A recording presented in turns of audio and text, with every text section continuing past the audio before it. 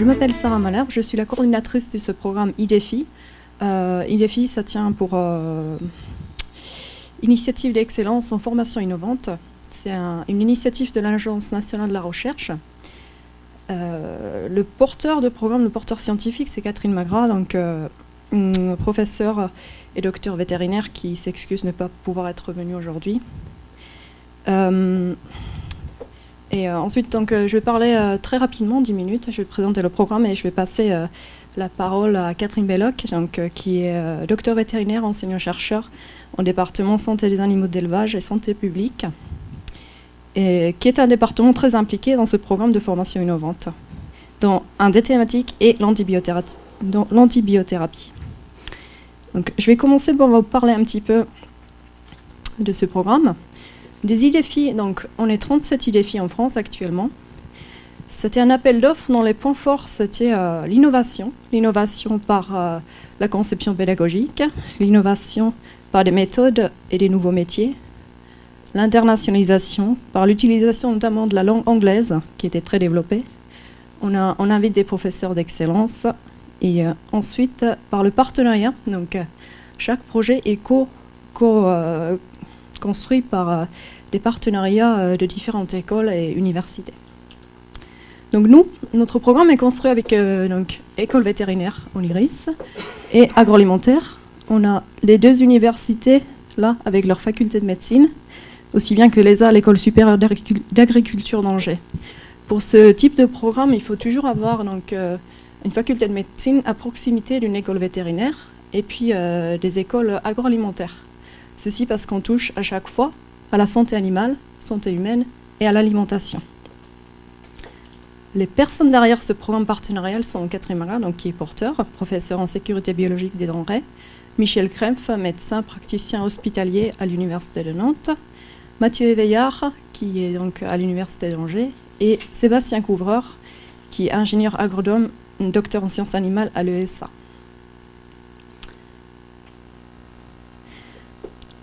Donc, c'est un programme partenarial. Et puis, donc, en résultat, nous, on a présenté ce programme en 2011 après l'appel d'offres qui était public pendant 1 mois. En résultat, on était classé premier par un jury d'experts internationaux. Donc, grâce à cela, on a reçu un financement de l'État pour du personnel, notamment pour monter le secteur numérique de e-learning, pour les vacations, pour l'inviter des enseignants d'excellence, la promotion, et pour construire du matériel d'enseignement innovant. On a mis en place également un réseau IDEFI. On coopère ensemble pour mettre en place toutes ces initiatives de formation. Alors, qu'est-ce qui a fait que Manimal a été retenu déjà? Et pourquoi Manimal a été classé en premier? En quelques mots, le contexte, c'est que ces dernières années nous ont montré plusieurs choses. On a vu la mondialisation et l'industrialisation rapide qui ont été accompagnées par des nouveaux risques sanitaires et nutritionnels. De nouveaux règlements et acteurs sont apparus et les chaînes de production sont de plus en plus complexes. Notre système de consommation influence désormais l'ensemble de la production allant de la nutrition animale à la composition et la conservation des aliments. Pour ça, Manimal propose donc une nouvelle approche globale et transversale intégrant santé humaine, santé animale et l'alimentation. Notre but, c'est de faire une nouvelle formation en décloisant ces différents métiers, ingénieur, vétérinaire, médecin, et aussi de créer de nouveaux profils professionnels pour répondre à ces enjeux-là. Ce sont des acteurs capables de travailler ensemble et faire face à ces enjeux de santé publique et de sécurité alimentaire, aux conséquences à la fois économiques, environnementales et sociétales.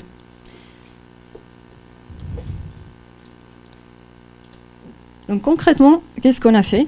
Donc, on a commencé à concevoir des différents programmes de formation autour de 5 thèmes que vous voyez là. Donc, risque et transfert nutritionnel, système de production, risque biologique et chimique, épidémiologie, organisation et politique sanitaire, management et communication. Chaque thème, derrière chaque thème, il y a un groupe d'enseignants-chercheurs pluridisciplinaires. À chaque fois, ces enseignants-chercheurs se retrouvent ensemble. C'est des médecins, des ingénieurs et des vétérinaires. Donc, ensemble, ils vont construire du début nos cours, et puis on a eu pas mal de débats, et puis les enseignants se sont aperçus qu'effectivement il y avait à chaque fois des points qu'ils ignoraient, des compétences qui n'étaient pas mis ensemble, et puis un manque de communication entre ces différents corps de métier. En plus, donc, nous, on met avant vraiment cette construction pluridisciplinaire de plusieurs niveaux de ce cours. En plus de la conception des cours qui est pluridisciplinaire, donc, on a une sélection des étudiants pluridisciplinaire, ce qui est notamment visible au niveau master. Donc, chaque classe de master comprend des étudiants de différents parcours. Donc, on a des vétérinaires, ingénieurs, médecins, biologistes et pharmaciens dans chaque classe. Et on essaye de veiller à cet équilibre-là pour apporter des compétences santé humaine, santé animale et alimentation à chaque fois. Nous avons également pensé aux professionnalisations de cette formation. Donc, on construit avec un conseil constitué des professionnels qui regardent le contenu des cours et qui nous donnent leur avis sur ce qui est utile en vue du développement de l'industrie. Et pour mettre ensemble ces étudiants-là, qui viennent de différentes disciplines, on a des mises en situation. Par exemple, étudier un cas de crise, certains cas de crise ensemble. On a des projets tutorés et puis bien sûr des stages. Ici, vous voyez de plus près les différents niveaux de formation. Donc, on a un niveau licence qui est sous construction là, à finalité professionnelle. Mais en plus, on a des modules qui vont être insérés à chaque parcours de nos partenaires. C'est-à-dire tous les médecins des universités d'Angers et de Nantes vont avoir des modules One Health, tous les vétérinaires de Oniris et tous les ingénieurs agroalimentaires et agricoles de nos partenaires vont avoir obligatoirement des cours que nous allons concevoir. Ces cours vont être construits dans le secteur de e-learning pour la plupart du temps parce qu'on a des problèmes de calendrier, de mettre ensemble un nombre d'étudiants et organiser un échange entre tout le monde. Donc par cela, on va toucher un public d'à peu près 600 étudiants annuellement au niveau licence. Donc c'est un projet audacieux. Je vais parler un petit peu du niveau doctorat. Donc on va commencer les premiers doctorants. Maintenant, donc l'appel d'offres est en cours. On va recruter 1 ou 2 personnes qui vont commencer à faire des thèses sur des sujets transdisciplinaires animal. La première offre de formation actuellement, c'est le master Manimal. C'est un master pluridisciplinaire, vous l'avez compris. Les étudiants vont travailler en groupe pour échanger entre eux. Et l'objectif vraiment, c'est que les étudiants partagent leur expertise spécifique et ensuite partagent une culture commune. C'est un niveau complémentaire, donc on ne forme pas des médecins, on ne forme pas des vétérinaires, des pharmaciens. C'est une année complémentaire à la formation de base de chaque personne. Donc un médecin devient un médecin et il fera une année complémentaire qui est Manimal pour avoir cette culture générale. On a une ouverture à l'international et le master est enseigné en anglais. C'est aussi on veille à ce qu'on a les différents profils internationaux pour échanger sur les cas dans chaque pays.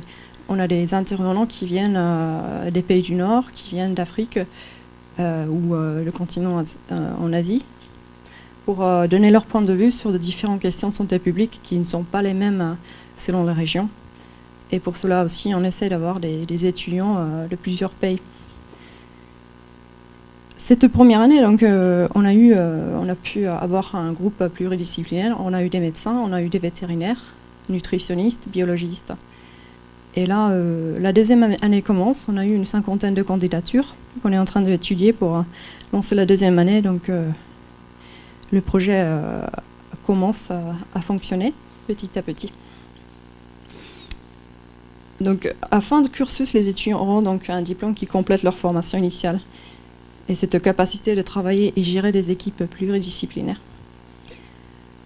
Pour entrer dans les objectifs de ce master, les étudiants vont apprendre à identifier et quantifier les risques à différents niveaux, diagnostiquer, proposer des solutions, proposer, mettre en œuvre des questions de santé, surveillance épidémiologique, suivre l'évolution des nouvelles méthodes, manager une crise sanitaire et nutritionnelle et acquérir des méthodes en recherche.